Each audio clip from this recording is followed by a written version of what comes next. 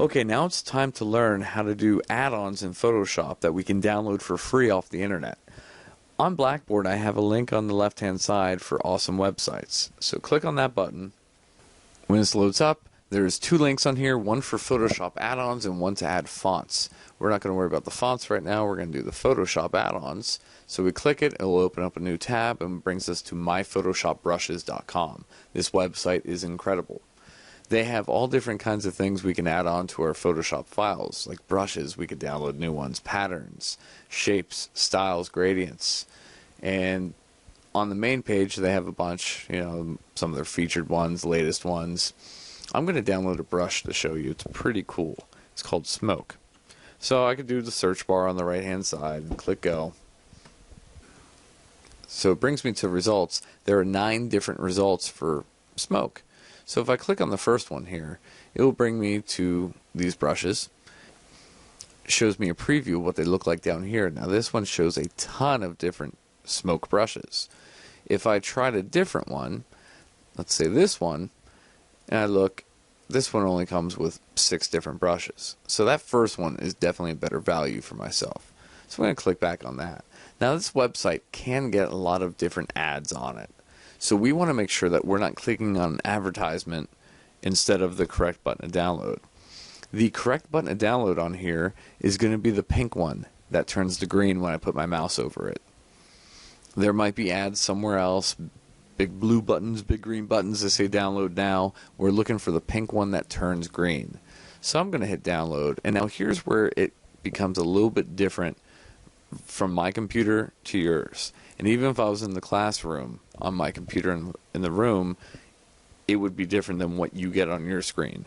So you're going to get an option to open it, to save it, or save as. You will want to save as and click OK.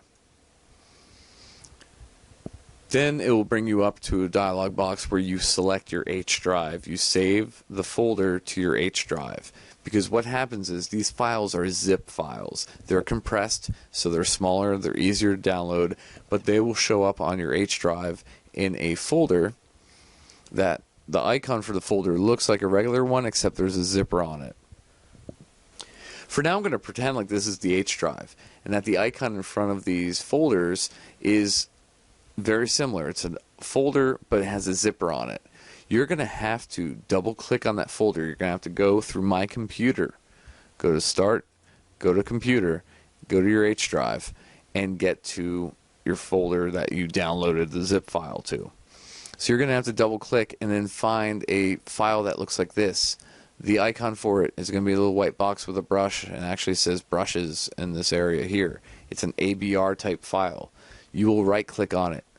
You will cut it. Then you'll go back to your H drive, get out of that folder you're in, and right click and paste it. So then it will go into your H drive. You can get rid of that zip folder, the one that has a little zipper on it, so there's no confusion. So when you have everything out of the zip files, you can then go into Photoshop. So I have my nameplate here. I'm going to go to my brush, since that was a brush I downloaded. I'm going to go act like I'm going to change the size of my brush. I'm going to go to the little gear in the top right hand corner. About halfway down, I'm going to find Load Brushes. When I click there, I'm going to have to go to Computer, find your H drive, find where you put everything. So I'm going to go to Brushes here and find my brush file. I'll double click, and it adds the brushes down here now. If I keep going to load more brushes, it will keep putting the brushes in. It won't clear out what's on there. So I could click on a smoke brush, and I have to make sure I'm on my background layer. I can't put a brush on a text layer.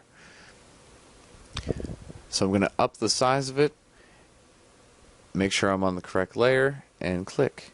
And now it added smoke. I could go through and try a couple different brushes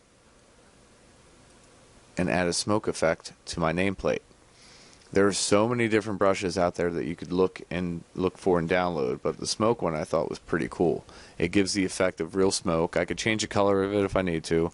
I can go down to my color selector and make it bright, ugly green if I need. Kind of add it in there. So you have a lot of options of what you can do. Now the smoke's going behind my text because my text layer is on top of my background layer. So then same applies with styles. If I download styles, I can go to the styles options and go load. And I have a lot of styles here. So I could change my styles. I could add some on. So then I go my text layer and see what that one looks like. Go through all these and see what looks good, what doesn't. I go back, load more styles that I downloaded, and explore and see what they look like with my text. Some might look great, some might not. So that's how we add on our brushes. We add on our styles. We can get patterns we can add on. We could use the paint bucket tool and load different patterns through it. So your options now are becoming endless. You can find other websites out there. There are plenty of websites that have free packages for Photoshop add-ons. I just like my Photoshop brushes. I think it's one of the best ones. But you could definitely go on and explore. You could, again, spend a whole class period just browsing the internet and finding different brushes and different styles and different patterns. And by all means, that's part of the design process. Do it.